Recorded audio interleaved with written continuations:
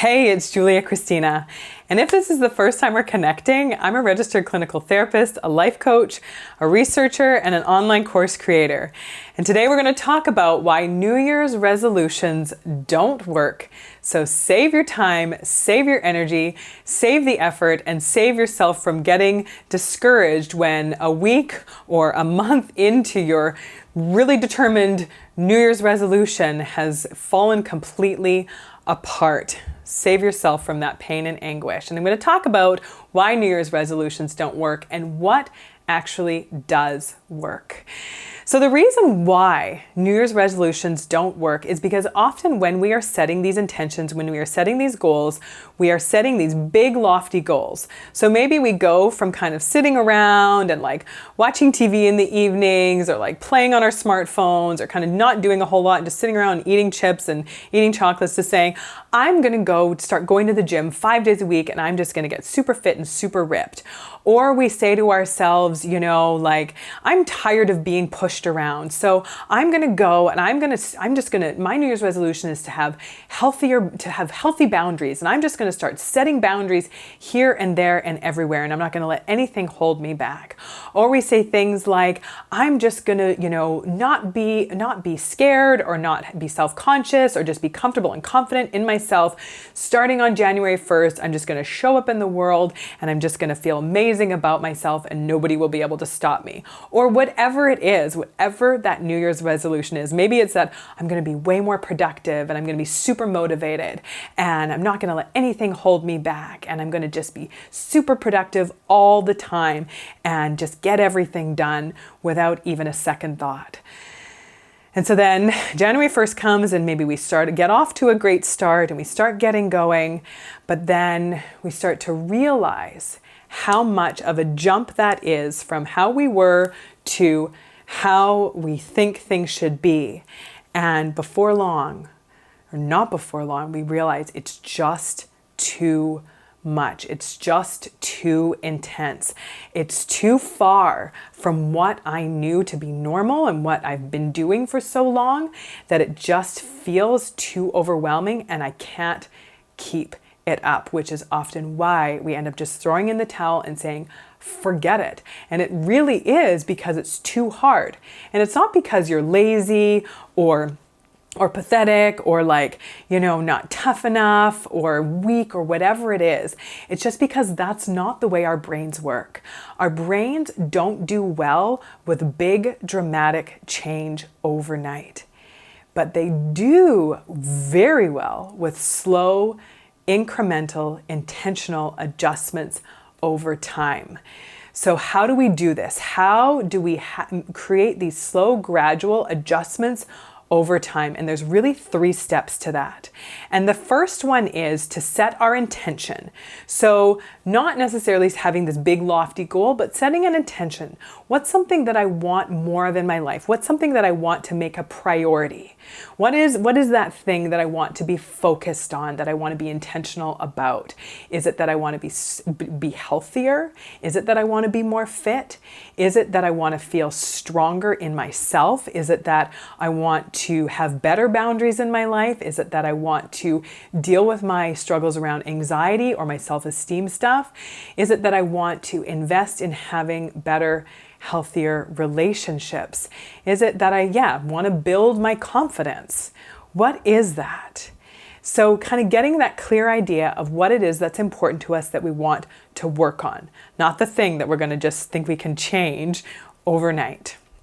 The next one is to decide what needs to happen first.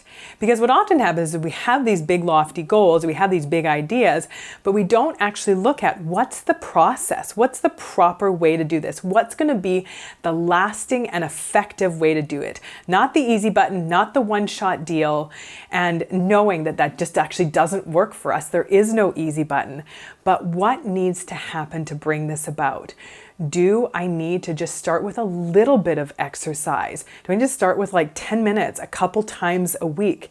And what kind of exercise am I going to do? Am I going to go start, power walking or jogging or going to the gym? just sort of making it realistic and doable and setting ourselves up for success? Is it that I'm going to be more mindful with my eating? That I'm going to start shifting things over? Not that I'm going to do this big, huge overhaul, but I'm going to start shifting things over. Is it if I want to have better boundaries in my life, what do I want to do to make that happen? First I need to learn about what it means to have healthy boundaries, and I need to learn the process involved in that. If it is that I want to develop more self-confidence, I can't just show up and say I'm a confident person. I need to look at what's been getting in my way of having that confidence, and what do I need to do? Do I need to take a course? Do I need to do some reading? Do I need to really be looking at my own mindset stuff? Do I really be needing to get clear on the things that have been holding me back? And so letting ourselves be involved in the process and seeing it as a process, as a lifestyle change that happens over time, not as a big, huge, one shot, one and done deal that just happens and it's done with. So deciding what does need to happen, what is the first step, which brings us into number 3, which is to start small. You know that saying, go big or go home? That is crap because that doesn't work and it doesn't last. The more appropriate saying is go small or moderate, make it doable, and make it last. Not go big or go home, go small, moderate, or doable so that you can be more likely to follow through and keep it up. Doesn't have quite the same ring to it, but a lot more effective, a lot more realistic, a lot more powerful. So what's the first thing I can do? What's the easiest, most simple, straightforward path of least resistance that I can start on towards this thing that's important to me, whatever that is? And it doesn't even really matter what it is. Just starting. A lot of times we get stuck in that perfection paralysis where we tell ourselves we need to have it all figured out, all worked out, know exactly where we're going, what it's going to look like before we even start, and that stops us from starting. We get stuck in that paralysis, that perfection paralysis, or fear of not having it all perfectly done the first time. So just what is the first thing I can do? When it comes to our diet, am I just going to add some veggies into my life? Am I going to start eating some more greens? Am I going to start taking the stairs instead of taking the elevator or the escalator in order to get more healthy? Am I going to start walking to work or parking my car a little bit further away so that I get a little bit of exercise walking into work? Am I going to look into taking some kind of boundaries course or reading some kind of book around boundaries if having healthier boundaries is something that's important to me? And again, like talking about with confidence, building our self-esteem. What's the first small thing that I can do? Can I start listening to a podcast that's going to help with a healthier mindset? Can I start looking into mindfulness, into meditation in order to feel more calm and grounded if dealing with anxiety is something that I really want to be looking at? If building my relationships is something that's important to me, can I just start by calling or texting my friends maybe once or twice a week, being a little bit more invested and involved in those ways? So it doesn't really matter what we do, as long as we do something that it's doable, that it's realistic, that it's sustainable, and that it makes sense for us. And we do that slow, gradual, incremental, changing and growing and intentional action over time, which creates a whole new normal for us, a whole new lifestyle, and really does make these things work and last in our lives. If having healthier boundaries is something that is important to you, I do have a PDF for you on 25 ways to say no. So make sure you go to the comment section, you click on the link, and you grab that and download that PDF.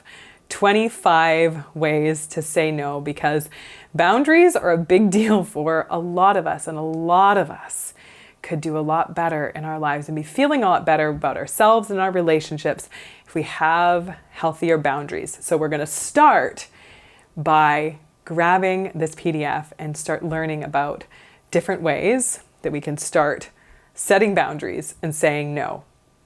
Thanks so much for watching. Make sure you subscribe, like the video, share it out with your friends if you found this useful.